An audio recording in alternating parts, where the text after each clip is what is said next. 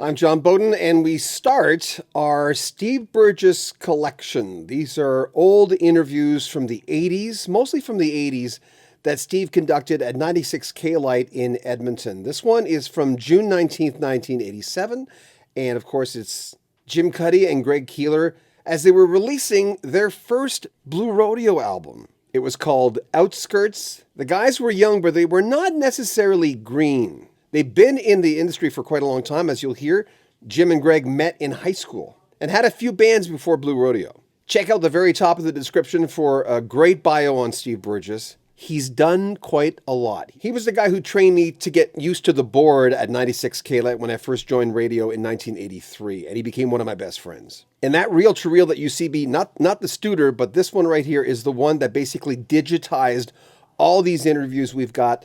Between Len Tusson's interviews, Steve Burgess, and my own, it ended up being about 350 different chats with musicians. And some of these musicians we've lost. Jim Cuddy, Greg Keeler, Part 1 with Steve Burgess on Rock History Canada. How long have you guys as a pair been together? Does it predate Blue Rodeo? I guess it does. We met in high school, and I guess we started playing music together around 77 or 76. Yes, we met in the 40s.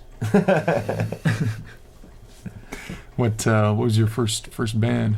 Band called the Hi-Fis, and it was sort of like a power pop sort of thing. We didn't play guitar very well, so it came out sounding pretty thrashy and pretty fast. Power Mersey. Yeah, a lot of Beatle and Yardbirdy sort of influences. Yeah.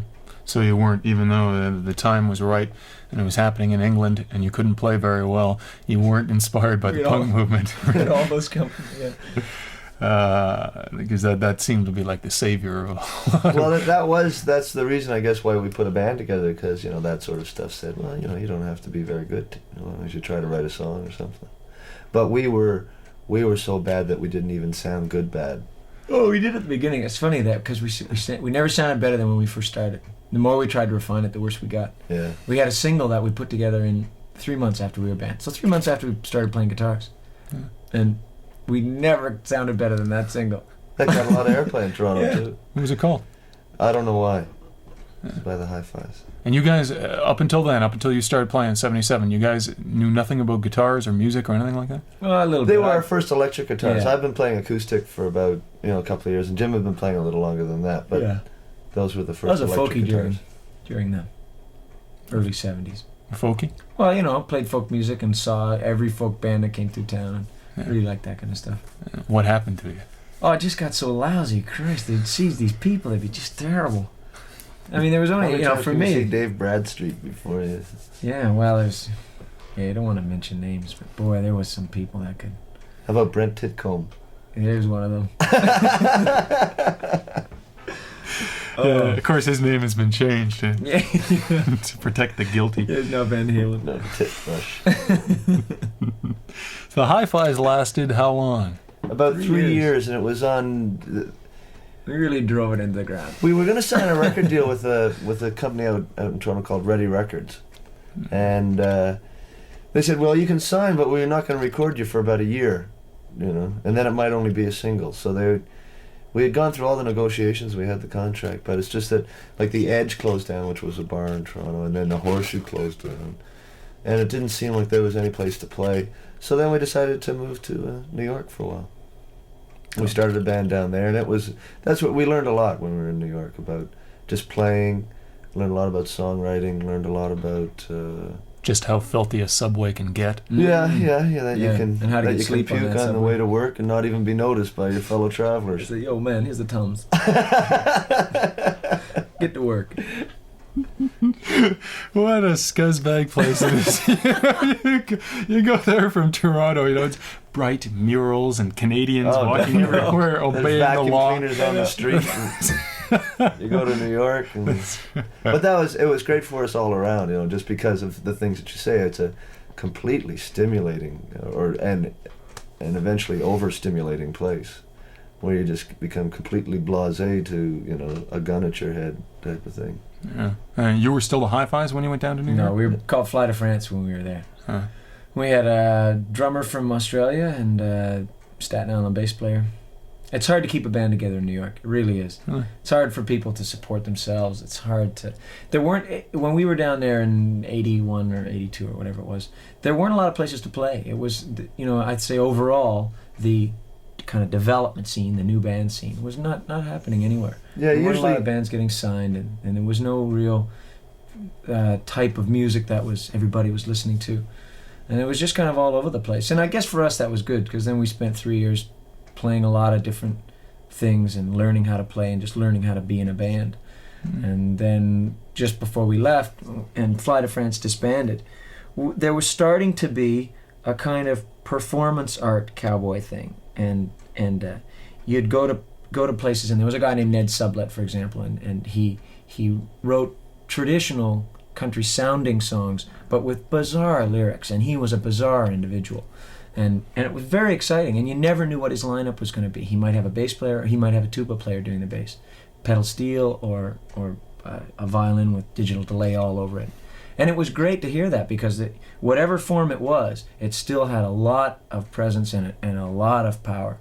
And I think that's kind of put us on a certain track, and we just started to play. Well, they were sort of across. There was another band called the Drongos down there. Yeah. And they were just sort of like a guitar pop band.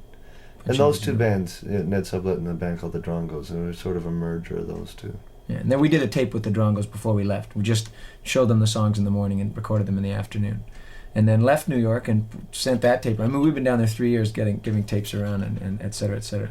Gave that tape around, split, got a call 2 weeks later from EMI. Oh, this is great. Why don't you guys come down and play here sometime? Oh, no. You're kidding, right? This is no kind of joke. But that was kind of, and then we kept along that style of music, and it's funny that when you don't want it to happen, it all of a sudden does happen. Nothing came of that EMI contact. Well, more or less, it kind of did, because that guy from EMI then became the head of A&R at CBS, and he really kept the flames going in Toronto for us through the CBS office there, so that got us to the point where we assigned us. I hope he's been fired. Well, no, the guy who didn't Toronto, like us was David Bendeth. Bendeth. He didn't think we were a very good band. Really? He tried to make us Katie Lang's backup band. When Katie was coming on, just starting, and she was just at the point where she was changing her band and got Ben Mink and all those guys in it. Well, he said, you guys haven't got a chance of getting a record contract for at least a year. So why don't you back her up for a year? Write songs for her. We thought, you ass. That's why we left New York, anyway, people like you. No kidding. Well, he doesn't he's not exactly your style of music. I mean, you ever hear the Bendeth Band? Yeah. Oh, yeah. It's not our... Different kind of deal. By the way, you guys were in New York, so tell me Madonna stories. You were down there at the same time she was struggling. Greg was Madonna's boyfriend for a while. That was, yeah. Till Whitney came along. Yeah, and then I was with Broke Madonna her for a while. heart. I don't know. That breaks our heart to tell those stories. But you mentioned the Drongos and that other outfit. Ned Sublett. Ned Sublett is an individual, and he used to play with the guys around. Like Lenny Case used to play sometimes as his pedal steel player. Some of those guys that would pop up would be, fairly well known and just maybe playing an instrument they didn't usually play. Yeah, Lenny Pickett from Tower of Power. Yeah, so there were some good players, and it was just there's a place. What was that place called on 49th that they used to play? Tin Pan Alley. Tin Pan Alley. And it was a heavy-duty little bar. At the back, you'd see this Ned Sublett performance art cowboy guy. And they draw a pretty weird crowd. And at the front of the bar, all bikers. All bikers. And, I mean Times Square bikers. Like, they're bikers of hell. So it was a really neat scene. And there was no cover charge ever there. And it was really good to go to 4 o'clock. You were just mentioning the merger of those two, though. Now, you said the Drongos and Ned Sublett. You mean your sound came from a merger of those guys? Well, I guess it wasn't like a conscious manipulation, but now that when you look at it, those were big influences, and just in their songwriting, which was a little more basic and it wasn't as affected. Yeah. You didn't actually. I thought for a moment there that you might have ended up playing with some of those guys from the Drongos. Well, we used the Drongos. We made a tape We with used the Drongos for that was the first Blue Rodeo band, was us singing and them playing, and that kind of did set us on the way, because there was a certain rawness to that sound that we used with them that we had not used prior to that. we were very much into arrangements and trying to make things sound like something in the rehearsal and duplicating it on stage. And when we got with the Drongos, we just decided to get that live feeling, just play and see what somebody did that might inspire somebody else to do. So what happened? How did the current version of Blue Rodeo come together? How did the Drongos fall by the wayside? Yeah, no. They were their own band. They were never going to be our band. You know, they were just doing us a favor. So when we came back to Toronto, we had always known Cleve. Cleve Anderson is the drummer in the band, and he'd been with the Sharks when we were the High Fives, and they were popular, right? They were popular to us. We used to open for them. They had Sherry Keane, right? Yeah, right. And he was with Battered Wives as well. And then Basil was the bass player in the Sharks as well. So Cleve had just had a son. And he was out in a bar, and we met him in the bar, and he was, handing out cigars and congratulating himself, and so he wasn't doing anything, and so we said, well, we're not going to get all serious about this, but why don't we just get some people together and play and see what happens, and we put an ad in the Now magazine, which I don't know what the Edmonton equivalent is, but it's like an entertainment magazine that's usually free in music stores and stuff. And Greg wrote it, and it said something like, if you've lost 2 years to drinking, another 2, done acid 20 times, and can still keep beat, give us a call. Basil answered that ad. Seriously. Yeah, that's me. And so that Basil happened to be the Basil that played with Cleve, so we all got together, and it was like two bands that had already played together. Greg and I played together a lot. Cleve and Basil had played together a lot. So we never really had to go through all that new band stuff of getting everybody to play a certain way. It was a really nice, easy merger of people's styles. And then we added Bobby Wiseman. He's a younger brother, very younger brother of a friend of ours from New York.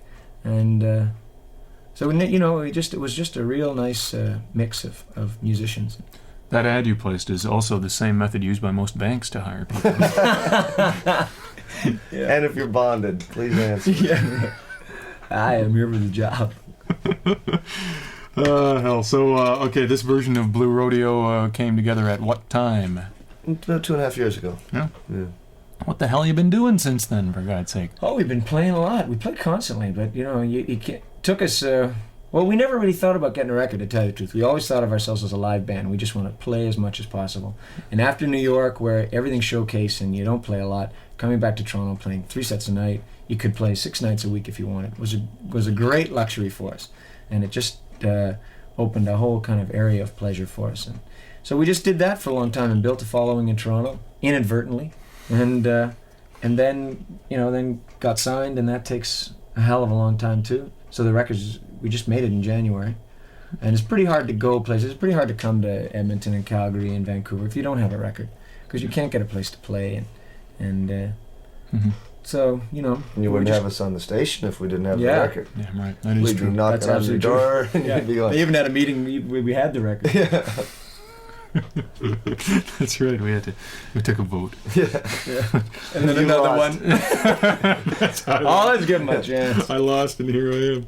I figured maybe you guys have been spending the last 2.5 years getting your uniforms together. It's not easy to find these clothes. Blue T-shirts with nothing on them, I suppose. You're waiting to get them back from the printers. You're going to get, like, soft drink companies put, can't this afford space that yet. available. When we sell a few more records, they're going to put some logos on these T-shirts. Oh, we keep going to Labatt's and say, well, let's change our name to Blue Light Rodeo. Put it, just plaster it all over us. We don't care. We're worse. Hope you enjoyed that. We'll have another part coming up, and then we're going to release the entire interview with Jim Cuddy and Greg Keeler of Blue Rodeo. This is from June 19th, 1987. They were just releasing the first album, Outskirts. Get ready for a lot of CanCon on this channel in the next couple of years. Make sure you comment on our videos, subscribe to our channel, and share our videos. Also, like them. If you want to support the channel, there are links in the description. Find out more about Steve Burgess, who's had a really great career as a broadcaster and journalist and photographer, at the very top of the description. He's got a new book coming out real soon. This is Rock History Canada.